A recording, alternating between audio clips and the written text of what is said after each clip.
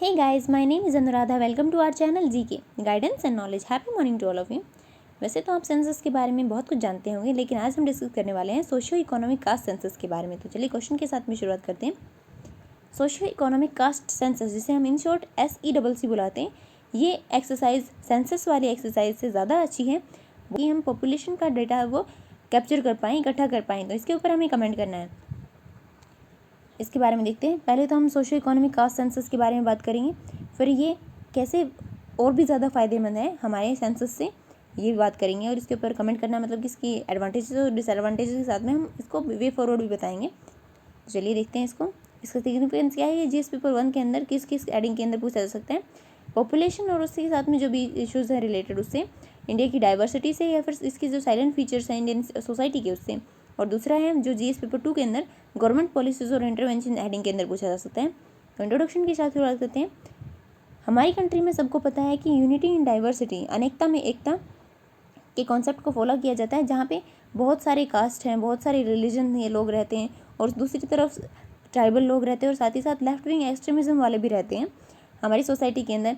और हम देख सकते हैं कि काफ़ी सारी इनइक्वालिटीज़ है हमारी कंट्री में, हमारे लोगों के बीच में। इसलिए इन इनइक्वालिटीज़ को कम करने के लिए हमें क्या करना चाहिए, गवर्नमेंट को कंडक्ट करना चाहिए सेंसस, और साथ ही साथ सोशियो इकोनॉमिक कास्ट सेंसस को। काफ़ी सारे एक्सपर्ट्स का कहना है कि जो सोशियो इकोनॉमिक कास्ट सेंसस है वो सेंसस से कहीं ज़्यादा अच्छा है पॉपुलेशन की डेटा को इकट्ठा करने के लिए।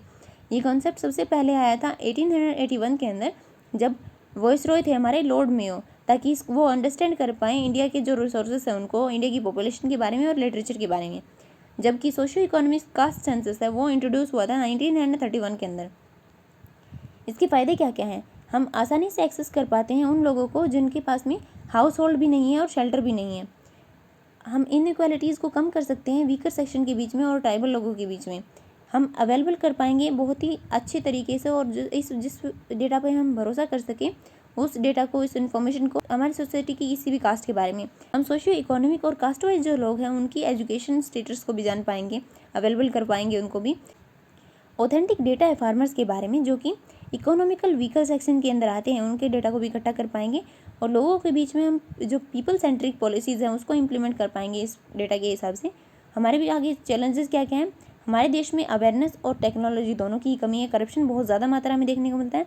पॉलिटिकल पार्टीज हैं वो इस डेटा को वोट बैंकिंग के लिए यूज़ कर सकते हैं। कॉन्फ्लिक्ट है वो रिलीजन और कास्ट के बीच में बढ़ सकता है, और कास्ट, रिलीजन और जो रीजनल डिवीज़न है वो भी बढ़ सकता है। और इसके साथ साथ जो एक ही कास्ट के अंदर जो सब डिवीज़न बनाए जाते हैं उसके अंदर भी कॉन्फ्लिक्ट बढ़ सकता है। हमारे फंडामेंटल राइट का भी वायलेशन है ये। वो कौन कौन से हैं, आर्टिकल 14 जो हमें इक्वलिटी प्रोवाइड करवाता है, हर व्यक्ति कानून के सामने बराबर है, और इक्वल प्रोटेक्शन दी गई है कानून के द्वारा सभी सेक्शंस को। फिर आर्टिकल 15 कहता है कि प्रोहिबिशन करना चाहिए, मतलब कि कोई भी डिस्क्रिमिनेशन नहीं होना चाहिए रिलीजन, कास्ट, रेस, सेक्स, या फिर जो इंसान कहीं पे पैदा हुआ है उसकी बेसिस पे। फिर आर्टिकल 46 है वो हमें एजुकेशन और इकोनॉमिक इंटरेस्ट है SCs और STs का, उसको प्रमोट करने की बात करता है। इन सब का वैल्यूएशन है ये। हम वे फॉरवर्ड क्या दे सकते हैं, हमें यूटिलाइज़ करना चाहिए जो हमारा पहले डाटा है उसको अच्छे से यूज़ करना चाहिए। इसके साथ साथ हमें अवेयरनेस बढ़ानी होगी, डिजिटल अल्टरनेटिव्स लेकर आने होंगे, टेक्नोलॉजीज़ लेकर आनी होगी। नीति आयोग NGO क्या कर सकते हैं, वो ट्रेनिंग प्रोवाइड करवा सकते हैं socio economic wing extremist groups को भी। सेंसस को अच्छे से प्रोवाइड करवाना चाहिए, और भी ज़्यादा एफिशिएंसी दिखानी चाहिए इसके अंदर। हमें प्रॉपरली यूज़ करना चाहिए क्रीमी लेयर मेथड को। फिर सोशियो, अच्छा किसी को पता है क्रीमी लेयर मेथड क्या होता है, अगर इसके बारे में किसी को पता है तो आप कमेंट सेक्शन के अंदर बता सकते हैं। फिर कंक्लूजन क्या दे सकते हैं हम, सोशियो इकोनॉमिक कास्ट सेंसस ये बहुत ही अच्छा तरीका है हमारे सेंसस से।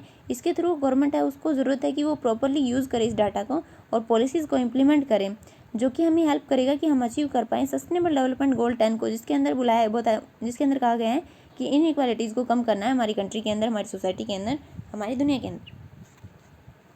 So this is it for today. Thank you for listening. Don't forget to like and subscribe. Also provide your suggestions to improve. Jai Hind, Jai Bharat.